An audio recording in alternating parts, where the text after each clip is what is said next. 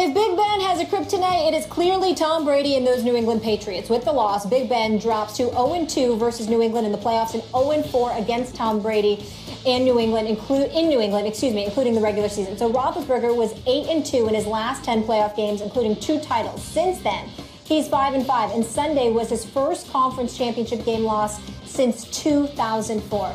Stephen A., where does this leave Big Ben? Where he's at, where he belongs. Where he's at, where he belongs. High second tier kind of dude.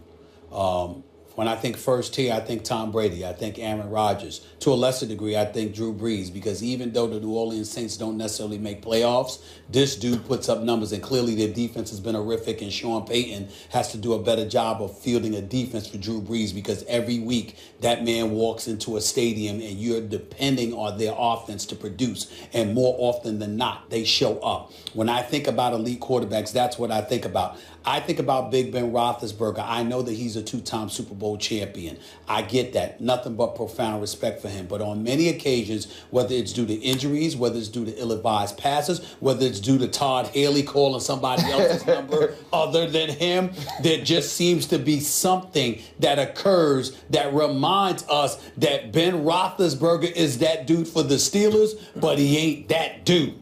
And what I mean by that is that that dude that you know is so elite, there's nowhere to go but him. You don't get to the 1 foot line and take it out of the hands of Big Ben Roethlisberger in 2 running plays to D'Angelo Williams. I just don't think you do that. You don't get on a goal line again. You don't get, 6 or 7 red zone visits and just walk away with a touchdown, 1 touchdown when you're Big Ben Roethlisberger. That's not supposed to happen. And I'm not saying yesterday's loss was on him. Right. Because guys were dropping passes. Hamilton, Jesse James, Colts, don't get me started. Eli Rogers, who I like a lot, but fumbling the damn ball. I'm just disgusted. I'm just trying to be cool, but I'm just so disgusted with it. But in the end, what it comes down to me is that I think that there have been a bevy of occasions over the years where if Ben Roethlisberger was that dude, like a Tom Brady, Drew Brees, and others, we would find moments being placed in his hands instead of that of somebody else's. And because it isn't,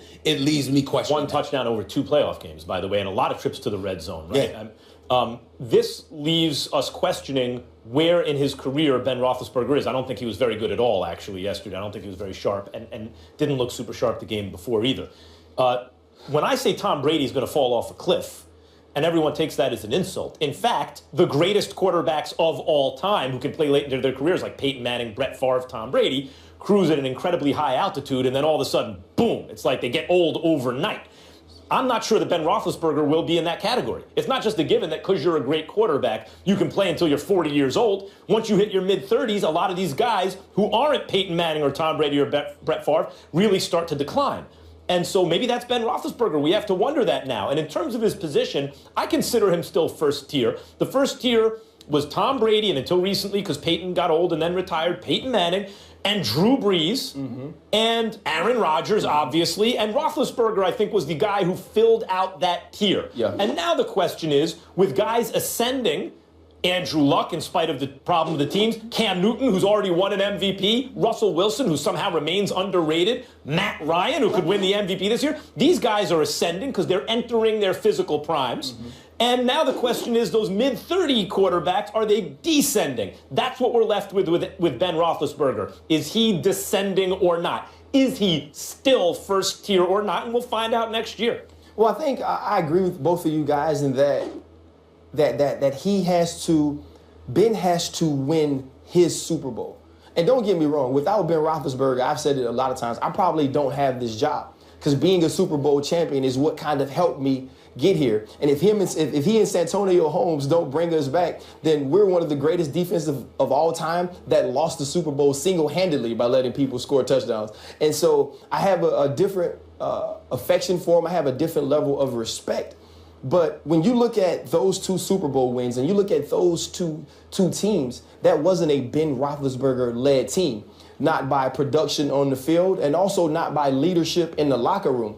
This is now. Who was it? What was it? Oh, well, you had Hines Ward. You had James Ferrier. That defense in 2008, 2009, statistically, is one of the best of the last 30 years. I know it because, well, I was on it. You know, and they graced the cover of ESPN magazine, and I made sure they got next to Troy because they was going to put Troy in the front. That's neither here nor there. But so what I'm saying, so that those teams aren't necessarily attributed to Ben Roethlisberger's play, to Ben Roethlisberger's leadership. These are his teams. And if you look at the way he plays, he doesn't play the type of ball we talk about with Tom Brady that we talked about in the break. You know what? I don't have it, I'll take the sack. I don't have it, I'll throw it away. He is a guy who's a quote-unquote gunslinger. So you're going to live with some turnovers. You're going to live with some opportunities missed. What he has to do is make plays when you need it. He has to, when you get in the red zone, he has to put the ball in the end zone. I don't agree with you necessarily that they took it out of his hands to run it. Why not run a quarterback sneak? And so for me, I'm saying they didn't. That's my point. They didn't. They took it out of his hands. Right. So for me, Ben has to. This is Ben's opportunity to cement his legacy. Right. He's going to probably go to the Hall of Fame. His numbers are going to say that he's going to be a two-time Super Bowl champion. But I was trying to figure out while in Tampa, what two-time Super Bowl winning quarterbacks don't have an MVP. Right. So he has to take his team there. And I think that's what keeps him and locks him into the top tier. Last point I want to make. 2012. Since 2012, Big Ben Roethlisberger has played in 7 playoff games. He's got 6 touchdowns. 6 touchdowns in 7 playoff games. Yeah. I just expect more from my guy. Yep. I'm sorry. Particularly when they score a lot in the regular season. I just expect more. I agree. Again, he's no scrub. We're not talking about a scrub here. We're talking about a future Hall of Famer. But because he's a future Hall of Famer, damn, I just expect more. 6 touchdowns in 7 playoff games, and you are a Hall of Famer. I got a problem with that. Right. I got a problem with that. One question for you before we get back into this, because we didn't get to hear you on the Steelers. What did you attribute yesterday's loss mostly to? Was it to the New England play? Patriots? Okay. To the New England Patriots. Like when you come up with the game plans they come up with, like that is what you see. They execute and prepare better than anybody in the NFL. And the other part of it is, and I'll be really quick, the Steelers, since I was there, we always had an empty check. And the empty check does not change throughout the game. Last night, whenever there's no backs in the backfield, they go 3 deep. What do? They run both guys up the seam, hitch the outside receiver, and throw the hitch because they know the corner will be taken with the seam. And they did it time and time again, because if you don't adjust to the New England Patriots, they don't stop bleeding you. And when you prepare that way, they're tough to beat. And New England beat the Pittsburgh Steelers. The Pittsburgh Steelers didn't go out and lose that game. It was taken away. Or did they do what they always do against Pittsburgh?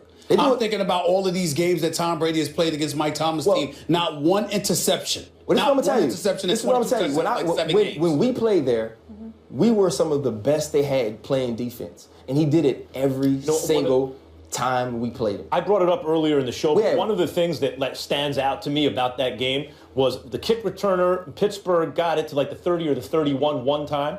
And that's the first time I can recall off the top of my head anyone returning a kick past the 25-yard line against New England. And what that tells me is like, okay, 25 is automatic now, like 20 used to be, but not a yard more. Somehow on the Patriots special teams make sure that they always have an advantage. They have every angle covered. They're better prepared than you in every facet of the game. That if they get a single yard more than 25 on a kick return, you can't even remember the last time it happened. It's so indicative of the level of preparation. Point you made about 2-time champions, league MVPs. Was Eli Manning ever an MVP? No, not league. I'm talking about in the actual Super Bowl. Super Bowl MVP. In the actual Super Bowl. Okay. That's what I mean. Right. The other thing about I want to say about the Patriots, stopping the Patriots is about people. It's never about scheme, because they're always going to be ready scheme-wise. The teams that stop them have better people. Fair enough. Leave it there. I want to go another step further with your Steelers, though. So a week after Antonio Brown went live from the Steelers locker room following the win over the Chiefs, the Patriots held Brown to 7 receptions for 77 yards, snapping a streak of 4 straight games with 100 yards receiving in the postseason. Max, we know Odell Beckham heard it after the whole yacht club controversy. He was excoriated. Do you think Antonio Brown should be treated the same? He should be treated worse. Now, one of the reasons that Odell is treated as poorly as he is at this point is because he didn't ball in the playoffs. touchdown pass was in his hands. He dropped it. Third down catch in his hands. Would have been a first down. He dropped it. He dropped another pass at a pivotal moment. So he didn't ball. No one's trying to hear it. You create a distraction. Supposedly, they can link those two things, even if there isn't an actual link. You know what the perception is going to be. And partly as a result of your play, your team lost. That's bad. But in terms of the actual so-called crime off the field, on his day off, he decided to go to Florida. That's his business. And by the way, he wasn't the only one who went. It wasn't that big a deal, really. It became a big deal when he didn't ball. Antonio Brown violates the privacy and the sanctity of the locker room by posting, not just taking video, but to Facebook Live. The operative word is live. And as he's doing it, his coach is saying, you can overhear him in the background, Tomlin saying, stay off of social media. So the thing that Odell did, what's really the big deal? The big deal is he failed to play like Odell Beckham Jr. in the playoffs. The thing that Antonio Brown did is a violation of the locker room and his coach and his teammates. And if I were a teammate of one or the other, I'd be more angry at Antonio Brown than Odell Beckham Jr. Yeah, I don't think that's the question, though, because what it comes down to is what's worse. And we know that Antonio Brown was worse in terms of his behavior.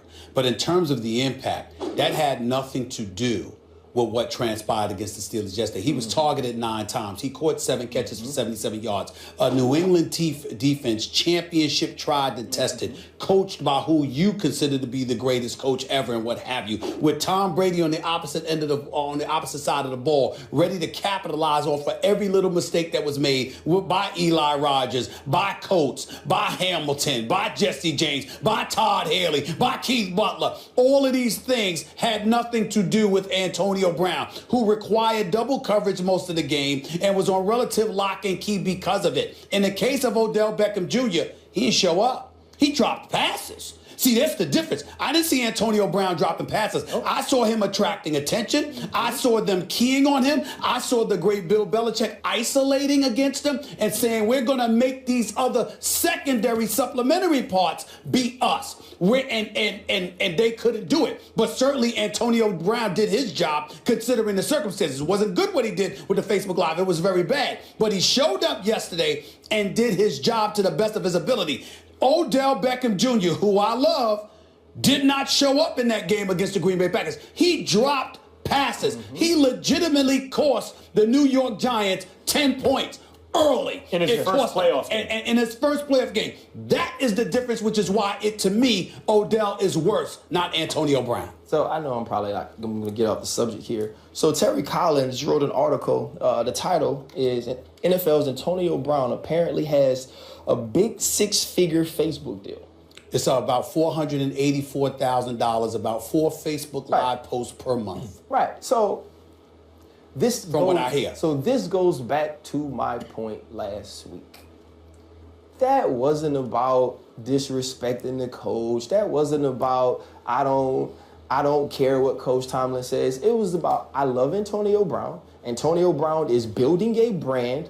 Part of my brand I am getting money for. I'm going to give these people what they want. And then when I show up late to my press conference to apologize for my Facebook Live, I will Snapchat myself getting a haircut. And then when I speak about what I did, I won't say I apologize for what I did. I will make sure to mention Facebook Live when I apologize. Right? That's Antonio. Here is why it's worse what Odell did. Antonio's transgression was worse, right? But because of the way he's built, because of his self-centeredness, because he don't care what Stephen A say about him, he don't care what Max Kellerman says about him, he doesn't care what Coach Tomlin says about him. Because of that, his ability to play football, because of those things, will not be effective because those people do not count. It is not important to him. He can go play football and the world could be crumbling around him. His brand. Him. Now, Odell Beckham Jr. is different. Odell Beckham Jr. was affected by the trip, and not necessarily affected by the trip as to where it messed up his play physically, that he was tired or that he was haggard by travel, that he was jet lagged. It affected him because he focuses on it, because he is emotional, because he does care what Matt Kellerman says, he does care what Stephen A says, he does care what Landon Collins, Eli Apple, Eli Manning, Matthew Ducey. If you polled 52 New York Giants and 52 Pittsburgh Steelers, I'm willing to bet every dollar I've ever made the Giants want to play with Odell more than the Steelers want to play with Antonio Brown. Doesn't that make Antonio Brown's transgression worse? It does. It doesn't mean that he should catch more flack for how the game went. Yes, the transgression is worse. That's what I said. But he shouldn't be catching more. He shouldn't be catching more criticism after the game than Odell. Odell deserves the criticism because when you're out on the field in no shirt with an attempt to show that, oh, I don't have a shirt on here, just like I didn't have a shirt on the yacht, and I'm going to go out and ball, and then you drop the first third down pass, that starts to affect your play. So when you drop the last one and you're looking at your hands, people understand that now you are pressing because you understand the perception of what happened, and now you care. Antonio Brown does not care. I want a clarification on something. So it sounds like it's good that he cares because his teammates like him, and that's a good thing to be. Are you saying that Odell needs to figure out a way to care and ball? Or are you saying that by any means necessary, just get the job done? If that means you don't care, fine. If that alienate your teammates, if that means you do care, fine, figure it out. I'm not saying that what Antonio Brown does as a teammate is okay. But what I'm saying is, what he did on Facebook Live affected the Pittsburgh Steelers' New England Patriots outcome? None. It did not affect it at all. I can't say for sure, because I didn't talk to Odell, that it bothered him. But when I watched him play, when I watched him press, when I watched him deteriorate throughout the game, I feel like the week talking about the trip, I felt like that affected him. Going into this game, I said, the Facebook Live situation will not affect Antonio Brown one single bit, and it didn't. He was targeted 9 times, caught 7. He was doubled the whole game. He caught the same amount of passes this game as he caught last. He just didn't have the 51-yard run after catch. And not only that, they were playing against a team that clearly was superior on this particular day. There's no doubt about it. And more importantly, even though they both acted up, Antonio Brown didn't address the media post-game. Neither did Odell Beckham Jr. Odell Beckham Jr. punching the wall, ultimately headbutting the locker, whereas Antonio just departed without talking to the media. What was the reason for that? One could argue Antonio Brown was upset that they lost. Odell Beckham Jr. was upset because of the shrapnel of criticism he knew was aimed in his direction. Who's looking good today? You see who did, and who's looking good today? Julio Jones.